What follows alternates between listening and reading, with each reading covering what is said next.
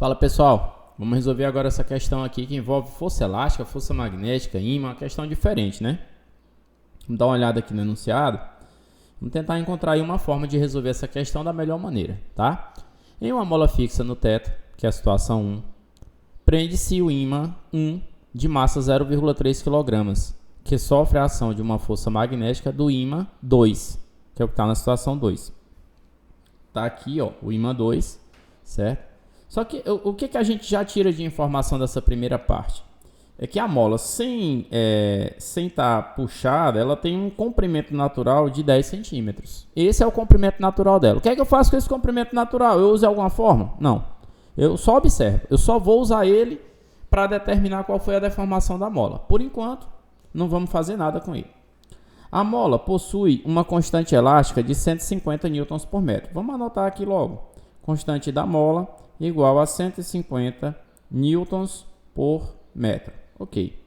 E o sistema se mantém em equilíbrio. O sistema se mantém em equilíbrio significa que a força resultante que atua sobre o sistema é zero.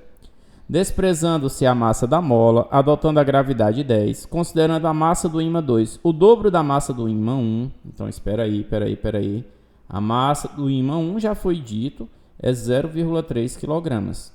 A massa do ímã 2 vai ser o dobro dela, que é quanto? 0,6 kg, que é o dobro de 0,3, não é isso? Certo. A alternativa correta que indica o módulo da força magnética em newtons que o ímã 2 exerce sobre o ímã 1 é quanto? Qual é o módulo da força magnética que o ímã 2 exerce sobre o ímã 1? Rapaz, aí olha só o que a gente vai fazer aqui, ó. Entre esses dois ímãs existe uma força de quê? Existe uma força de atração, né? Esses ímãs estão pendurados, a questão não deixa claro. Você percebe que a questão não deixa claro? Olha só. Em uma mola fixa no teto, prende-se o ímã 1. O ímã 1 está preso na mola, de massa 0,3 kg, que sofre a ação da força magnética do ímã 2. Ele fala do ímã 2 na situação 2. E daí ele não fala mais no ímã 2, ele não está dizendo se esse ímã 2 está preso a alguma coisa, se não está preso a alguma coisa, ele não está falando nada aí, né? E aí eu não sei para que ele deu a massa do ímã 2, realmente não entendo para que ele deu. Então eu vou mostrar para vocês a situação em que a gente considera que esse ímã 2 está pendurado no sistema também, certo? Que aí você vai ter o que aqui, ó? Aqui ele fala, desprezando-se a massa da mola, considerando a massa do ímã 2 o dobro da massa do ímã 1, a alternativa que indica o módulo da força magnética em newtons que o ímã 2 exerce sobre 1 é qual? Veja, o ímã 2 está aqui. Ele tem um peso para baixo? Tem. Ele vai receber uma força de atração para cima desse ímã 1? Vai. Essa força é a força magnética. É a força que o ímã 1 aplica sobre o 2 e que o 2 aplica sobre o 1. Vamos subir aqui para você ver, tá vendo? Então, eu vou desenhar de novo esse ímã aqui para ficar mais fácil. O ímã está aqui, ó. O ímã que está lá embaixo, o ímã 2 está aqui. Para baixo ele vai ter o peso e para cima ele tem a força magnética. Essa mesma força magnética atua no ímã 1, puxando o ímã 1 para baixo. É a mesma força? É. E aí o que é que eu vou fazer aqui? Se esses ímãs estão em equilíbrio, a força que está para cima, que é a força magnética, é a força que está para baixo, que é o peso. Só que o peso desse objeto é quanto? É a massa dele vezes a gravidade. Qual é a massa do ímã 2? É 0,6. Qual é a gravidade? A gravidade é 10. Então, nesse caso, esse peso desse ímã aqui vai ser 0,6 vezes 10, que dá quanto? Esse peso vai dar 6 newtons. E esse é o peso, 6 newtons. Qual é o valor da força magnética? A força magnética é igual ao peso. Então, essa força magnética vai ser quanto? 6 newtons. 6 newtons. Ei, Glauco, mas não tem alternativa. Não tem porque a questão está errada. A questão está mal elaborada.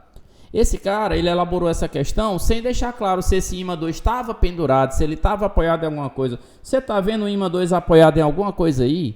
Não. Você não está vendo por quê? Porque ninguém está mostrando nada. É como se o ímã 2 estivesse pendurado mesmo. E se o ímã 2 está pendurado e se ele está em equilíbrio, é preciso que alguém segure ele. Quem está segurando ele? O ímã 1, com a força trocada entre os ímãs 1 e 2. Ah, não, mas o cara queria que eu resolvesse essa questão usando só o ímã 1. Ele deveria ter dito. Provavelmente, talvez por isso você não acertou essa questão. Então, aqui o que vai acontecer?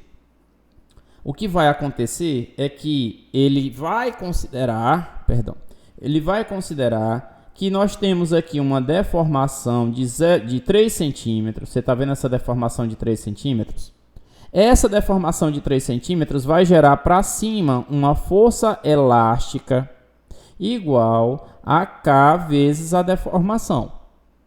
Para baixo, nós vamos ter quem? Para baixo, nós vamos ter o valor do peso desse ímã 1. Se eu olhar para o ímã... Esse desenho que eu fiz aqui era olhando para o ímã 2. Se eu olhar para o ímã 1, olhando só para o ímã 1, o que é que eu vou ter? Eu vou ter para baixo o peso do ímã 1, que é a massa dele vezes a gravidade. Qual é a massa dele? É 0,3. Vezes a gravidade, que é 10, vai dar quanto? 3 newtons.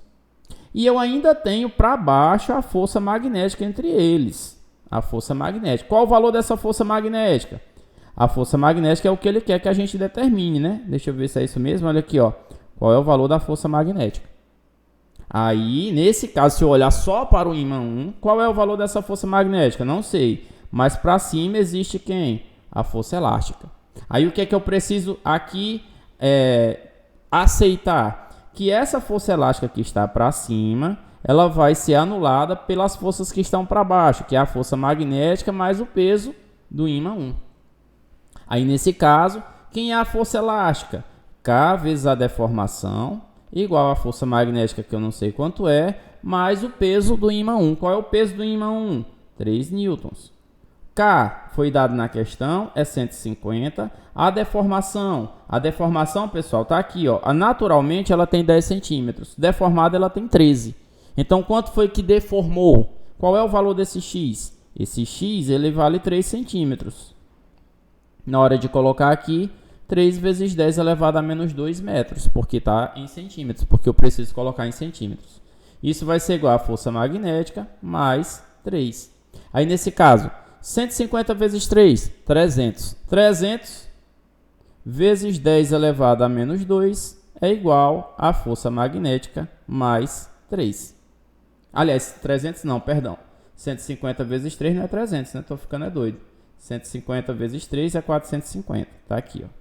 450 vezes 10 elevado a menos 2 mais, é igual a força magnética mais 3. Aí aqui, 450 vezes 10 a menos 2 dá quanto? 4,5. Igual a força magnética mais 3. Desse modo, deixa eu colocar mais para cá. Vou fazer aqui, ó. Desse modo, o valor dessa força magnética vai ser quanto? Vai ser 4,5 menos 3. Que vai dar quanto? Uma força magnética igual a 1,5. Ah, Glauco, peraí. Você achou dois valores para a força magnética. Você achou 6 e você achou 1,5. E aí, que conversa é essa? A conversa é essa que está errada. A questão está errada. Por que a questão está errada? Porque ele mostra o ímã 2 pendurado no ímã 1. Cara, não pode. Se esse ímã 2 está pendurado no ímã 1, totalmente pendurado, essa força magnética que atua no ímã 2 tem que ser igual a que atua no ímã 1.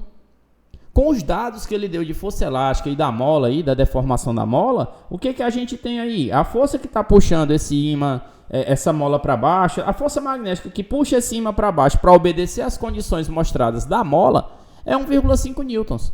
Mas esse 1,5 newtons não dá para equilibrar o ímã 2, porque o peso do ímã 2 é 6 newtons, não tem como. Então, o que está acontecendo? Ele está dando informações em dois momentos da questão, e essa informação nos dois momentos da questão, elas são contraditórias. Essa questão tem que ser anulada. Não sei se ela foi anulada no vestibular, se ela não fui atrás para observar, mas essa questão, ela não tem como. Você dá um dado numa parte da questão, um outro dado na outra parte da questão, e esses dados não conversam. Um diz uma coisa, outro diz outra. Um diz que a força magnética é 6, outro diz que a força magnética é 1,5. Eu vou marcar qual? Eu vou marcar 1,5 porque só tem 1,5 aqui. Mas a questão está errada. Porque eu poderia não pensar em fazer desse segundo jeito que eu fiz. E eu teria todo o direito, porque eu fiz do jeito certo ali, do jeito que está dando para entender que é. E não tem nada informando ali, não tem a resposta, eu vou passar para outra questão. Então, é uma questão aí, assim, uma questão mal elaborada, né? Não sei se ela foi anulada, se ela não foi, mas ela poderia ser anulada tranquilamente, né? Porque pelo desenho não tem ninguém preso ao ímã 2. O ímã 2 está pendurado, ele não cai por causa da força que existe entre o ímã 2 e o ímã 1. Tá muito claro para mim isso daí, né? Não cai por isso, não tem mais ninguém segurando ali, a não ser que ele dissesse que poderia ter alguém segurando naquela posição. Não sei também para que ele deu essa massa 2 aí. Tudo bem, o cara não precisa... quando você vai dar os dados para uma questão, você não precisa dar todos os dados que vão ser utilizados. Tudo bem, mas se o ímã 2 foi dado a massa dele, se ele está pendurado, eu vou usar essa massa dele para ser equilibrado pela força magnética. Então essa questão aí realmente é uma questão muito ruim o enunciado dela, né? Mas a gente achou a resposta. Mas assim, achar a resposta é um detalhe. Essa questão aí realmente ela está, na minha opinião, com o enunciado um pouco equivocado. Se você teve dúvida nisso daí também, está esclarecida aí sua dúvida, deixa a curtida no vídeo aí e vamos para a próxima, beleza? Valeu, galera, e até a próxima.